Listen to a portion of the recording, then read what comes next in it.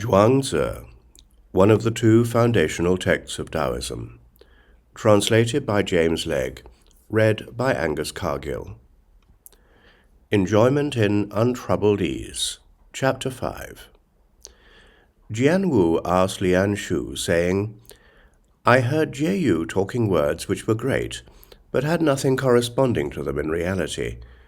Once gone, they could not be brought back. I was frightened by them. They were like the Milky Way, which cannot be traced to its beginning or end. They had no connection with one another, and were not akin to the experiences of men."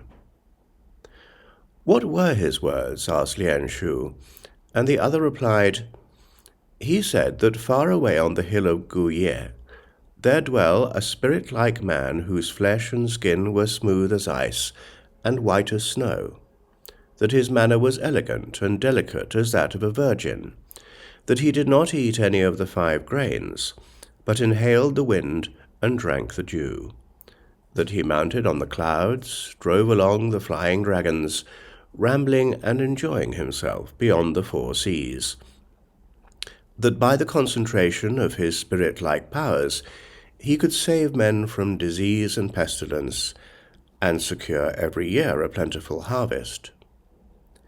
These words appeared to me wild and incoherent, and I did not believe them.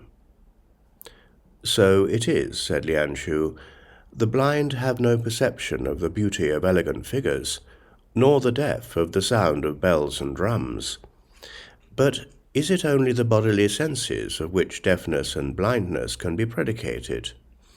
There is also a similar defect in the intelligence, and of this your words supply an illustration in yourself. That man with those attributes, though all things were one mass of confusion, and he heard in that condition the whole world crying out to him to be rectified, would not have to address himself laboriously to the task, as if it were his business to rectify the world. Nothing could hurt that man. The greatest floods reaching to the sky could not drown him, nor would he feel the fervor of the greatest heats, melting metals and stones till they flowed, and scorching all the ground and hills. From the dust and chaff of himself, he could still mold and fashion yaos and shuns. How should he be willing to occupy himself with things? A man of song, who dealt in the ceremonial caps of Yin, went with them to Yue, the people of which cut off their hair and tattooed their bodies, so they had no use for them. Yao ruled the people of the kingdom, and maintained a perfect government within the 4 seas.